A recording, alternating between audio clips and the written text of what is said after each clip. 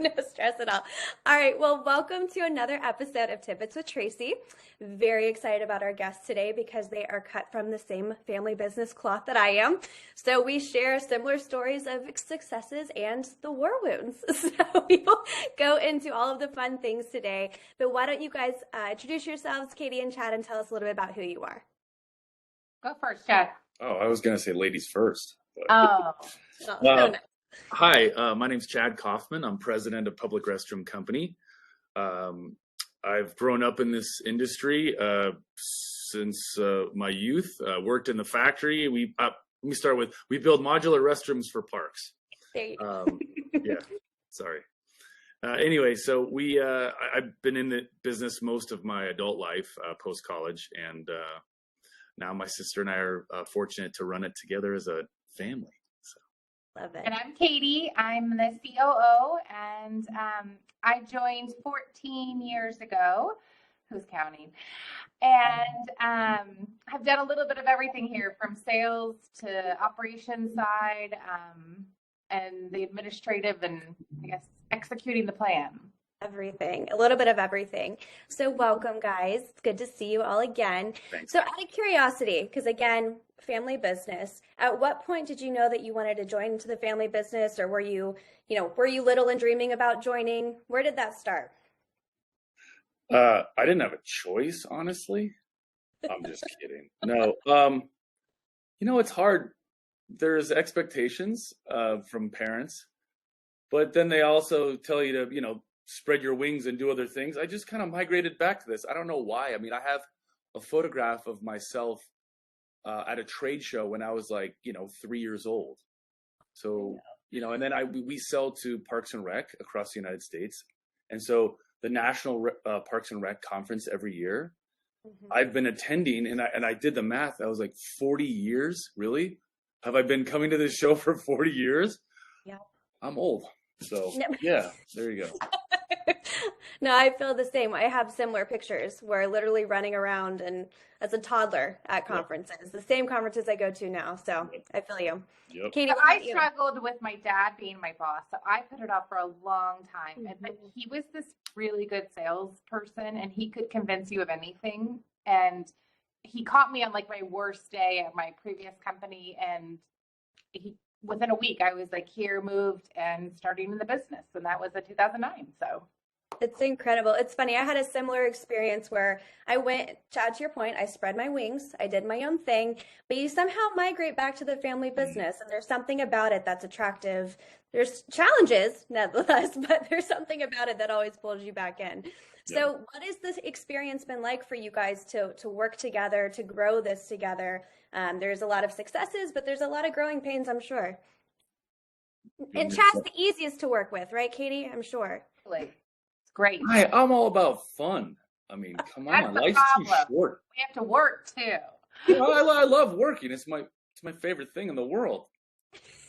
I think what was weird is that when my dad was around, everyone was struggling because he wanted to control every part of the company, and he did really well at that when we were smaller. But with growth comes more structure that you have to put into the company and changes. So we have been struggling with that, of trying to put departments and responsibilities shared amongst the departments versus everything on us. And that's a growing pain that we've never experienced, and we had to figure it out. And I think, Tracy, raising the bar and bringing professionalism into the company in a family business is a little bit different, right? We still, we have so many team members that are homegrown. They've been here for a long, long time, and we've grown together as a family, and bringing that professionalism level, departments, managers, all those things that we just kind of, dealt with before. When our dad was around, was it was more chaotic, and so I believe that you need to hire people smarter than you, or have them at your beck and call. So amen to that. It's funny is when our family business, our other firm, is 53 years this year. 54. Yeah, so similar nature, but we've had people who've been there for 35, 40 years as well.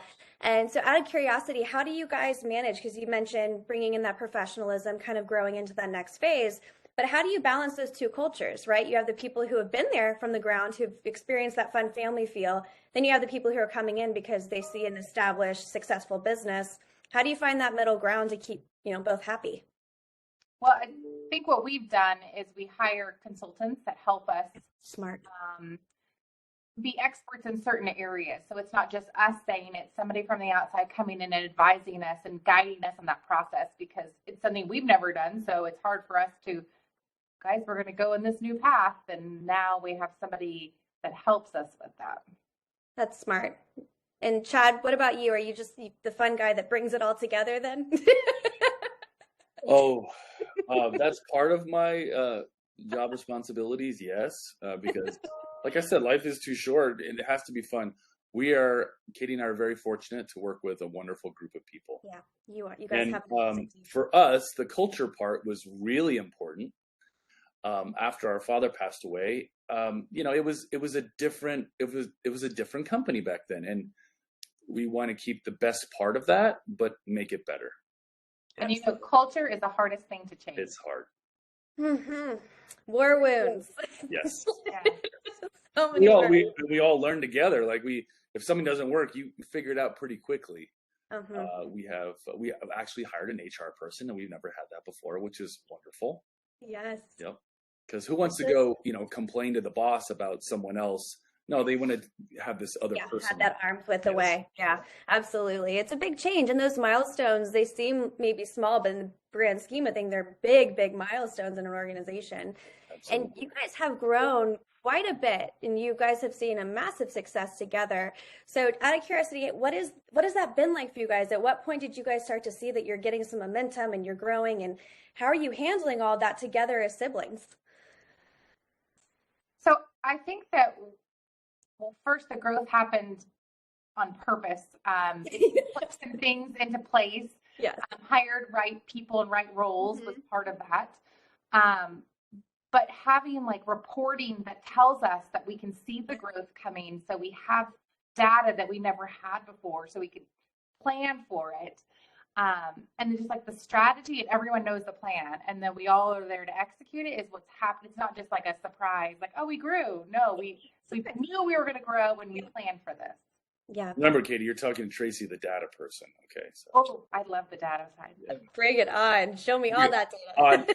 on the sales side, obviously, I'm the guy, boots on the ground. I'm at every conference we go, we attend. I'm there, and so I think it's, we've built our brand, and we're getting a lot more brand recognition, and people are like, why would I want to go there when I could just buy a PRC building, and we've had success with that. So the brand recognition, we've put our time in. Congratulations to you guys. It's truly amazing. It's fun to be able to be on the outskirts. Obviously, I just got to know you guys over the past year, but even just in that short period of time, to see all the wins that you guys are bringing in, it's fun to be a cheerleader on the side. So what is the future of PRC? And you can't give away all of your secrets, but what does the future look like for you guys as a firm? Tough question, I know. Growth. That's our plan. And I think controlled growth, that we can execute what we are able to take in and build the company, and to be able to, I would say, manage the chaos of the growth, because growth is hard. Growth comes with challenges that we don't think about sometimes until it's here. So being strategic with the growth and having the team in place. And I think, Tracy, COVID taught us a lot, and without saying the buzzwords like supply chain or materials, anything, it did affect us. It really did. So it did slow down production. We have a significant backlog that we're working through right now, and it's not easy. There's still items that we have that are delayed, because it's like you're building a car. If you don't have one part, you can't finish the car. Same analogy, but No, COVID taught us a lot. We have much more inventory than we normally would. Mhm. Just-in-time manufacturing is out the window. That's Oh. not, it doesn't even exist anymore. You can't do that and survive. We had our biggest sales month in our history in January. Congratulations. Yeah, but with that also comes a little anxiety because Logistics. do we have enough people? Can we manage the manufacturing capacity? So we're working on figuring out manufacturing capacity right now. So we haven't hit the threshold yet, but we're pushing the limits. No, it's one of those fun challenges, right? You see the growth, the strategy behind the growth was there first, to Katie's point. Then you see that playing out successfully. Then you enter in that next challenge, is that execution, which is a different type of execution than you've experienced in the past. And we're going through a similar notion where we grew and we're still growing. And then now how we deliver has to change to meet, the needs of different types of clients that we've never had before. So it's a challenge that you haven't experienced that you have to kind of figure out all together as a team. And there's wins and losses a part of the way, but there's always a wonderful problem to have, isn't it? It is for sure. The alternative is terrible. It's not an option. Not an option. So, getting to know you guys, you seem to complement each other really well. But I would love you guys to tell kind of your experience of working together just as siblings. You have different personalities, but it seems that they mesh perfectly in terms of running a business. So what is your experience working with a sibling? I describe it when I'm talking to new hires, Chad is the face of our company to the outside world. We go to trade shows and it's like bathroom Chad. I mean, he is like, a bathroom Chad.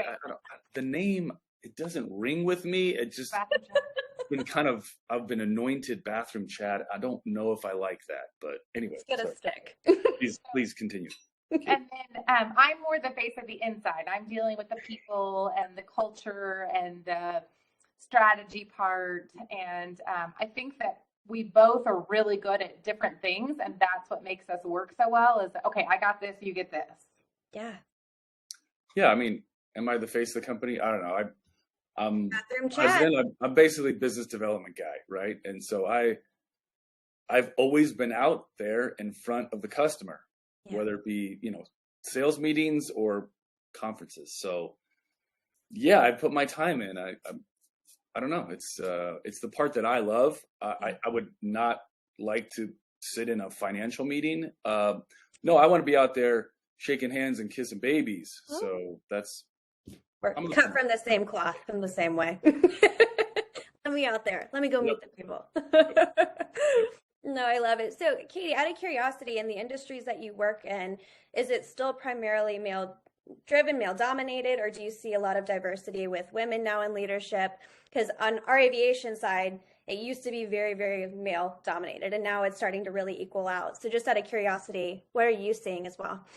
I actually think who we sell to, is that what you're asking? Sorry. Who you sell to, sorry. Yeah, actually, it's always been very diverse. Parks and Rec is very, it's I would say the best industry. If you were to pick an industry to sell to, they're fun people. They just want to be outdoors. And so that's always been the case in our industry.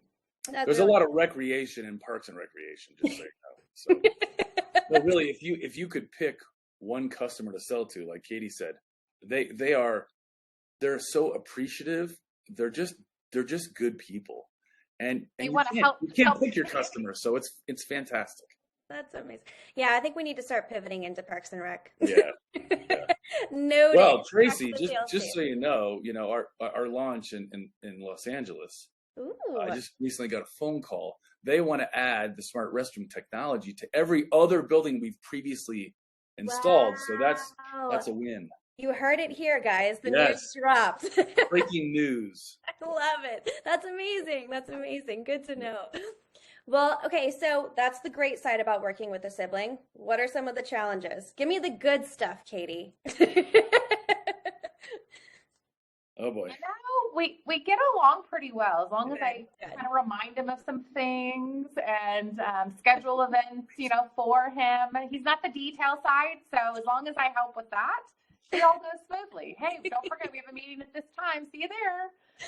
That's funny. Tracy, I know my limitations, and I know where my sister can compliment me, and I think that works both ways. Absolutely. We're honest and straightforward with each other.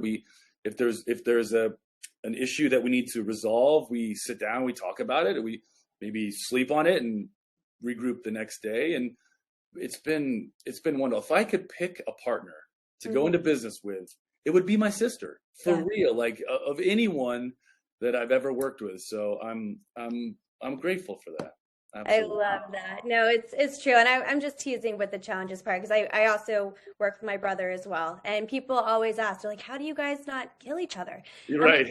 Actually, we are just so different that it works out, right? His brain is software engineer, very analytical, very, black and white. My brain is, big picture, vision, let's get to a place. So when you put those two together, it really evens out nicely. So we don't have to kill each other. If he was like I am in big picture, would not be pretty. Wouldn't work. No, it wouldn't work. Wouldn't work. So another question, then I've got a few rapid fire questions, which I actually didn't send you guys. Sorry. But in terms of business advice, what would that be one piece of advice that you guys would give anybody who is entering into the business world, maybe young, maybe new, especially into your industry specifically? I think it would be know your plan and be able to communicate that plan. Yeah. You're never going to get anywhere if everyone's going in different directions. Love it. What about you, Chad? Oh gosh.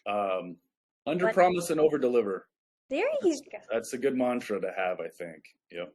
I love it. I love it. And manage expectations, obviously, because no one likes a story and you can't back it up.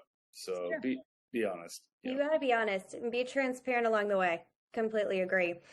Okay, so here's the last few rapid fire questions, just so people can get to know you guys real quick and easy. Promise it will not be painless.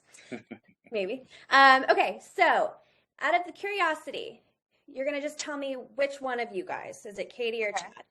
Who is the most likely to come up with a new product or a new big idea? Chad. Chad. Who is the most likely to lead a meeting? Me. Who is the most 100%. likely to show up late to a meeting? Me. Okay. I might be kissing babies or something, I don't know. All right, who is most likely to get off topic during a meeting? Oh, absolutely me. Absolutely. Tangents.